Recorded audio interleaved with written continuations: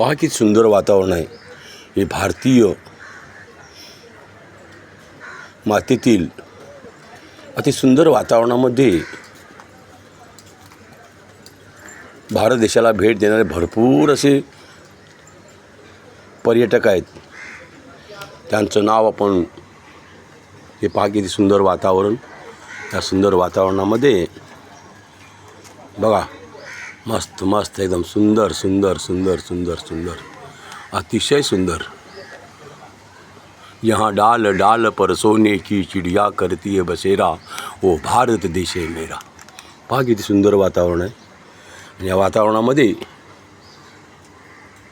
क्षत्रिय कुलवंत वीर बाजीप्रभू देशपांडे, नरवीर तानाजी मालुसरे, बहिर्जी नाईक, छत्रपती शिवाजी महाराजांचे हे पठ्ठे, कोयाजी बादल, रायाजीराव बादल, फुलाजी प्रभू देशपांडे आणि इथेच आम्ही आता कैलासवासी महेश रघुनाथ शिंदे यांना भावपूर्ण श्रद्धांजली देऊन मी माझ्या कार्यक्रमाला सुरुवात करतो.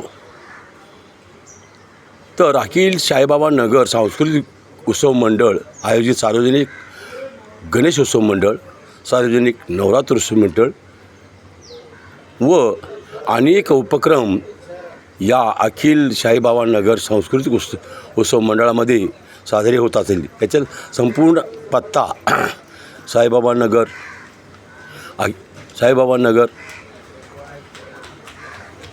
सांस्कृतिक उत्सव मंडळ, मरोळ पाईपलाईन,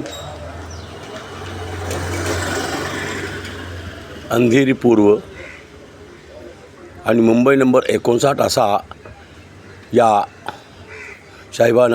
अखिल साईबाबा नगर सांस्कृतिक मंडळाचा ख्याती आहे. अतिशय सुंदर वातावरणामध्ये 2025चा जो गणेशोत्सव होता, तर बाबूराव माऊलींनी संपूर्ण मेहनत करून जवळजवळ 300 लोकांची संघटन करून त्यांनी अतिशय उत्तम प्रकारे 2025चा गणेशोत्सव साजरा करून अखिल साईबाबा नगर सांस्कृतिक उत्सव मंडळातील जे संपूर्ण भक्तगण, देवी भक्त, गणेश भक्त व जे देवाचे भक्त असतील, त्या देवाच्या भक्तांनी अतिशय सुंदर प्रकारे, मी तर भारावून गेलो एकदम. माझा नाव रवींद्र विठ्ठल भोसले. मी देखील या मंडळात सामील होण्याची इच्छा आहे. मला देखील थोडा थोडा अनुभव आहे,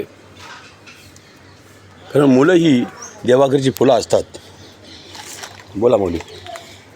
डाळीचं पॅकेट नाही बघा कुठे काय आहे तर घ्या ते. बघा ना, एवढं भरलेलं आहे, तुम्हाला पसंत येत नाही, मी काय करू? काय तुमच्यासाठी पेशंट आणू का? हां, नाही जायचं मला कुठं, मला जायची गरज नाही. तू जा बाई, तू जा, मला जायची काय गरज नाही आहे. अनगाडी मला काय बोलायचं रस शिका.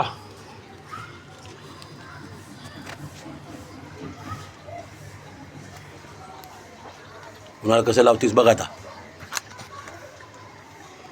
नाहीतर काय, जरा तरी डोक्याचा भाग आहे का?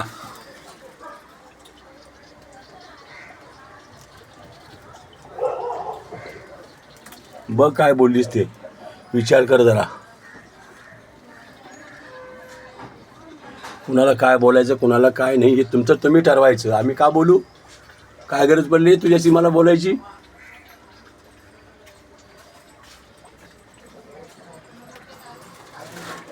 काय गरज आहे का उद्धट वागण्याची?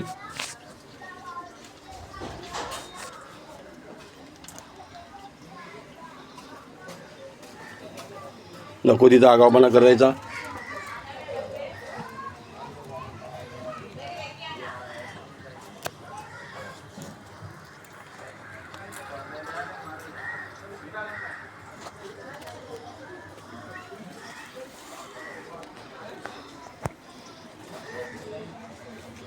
चल, जास्त उशीर नको करू.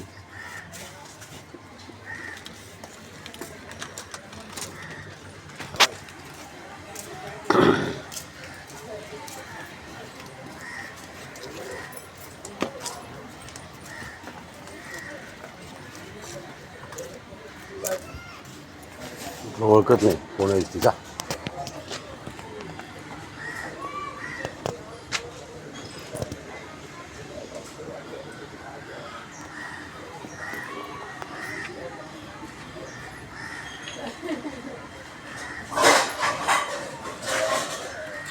दोघांनी मिळून लागतं.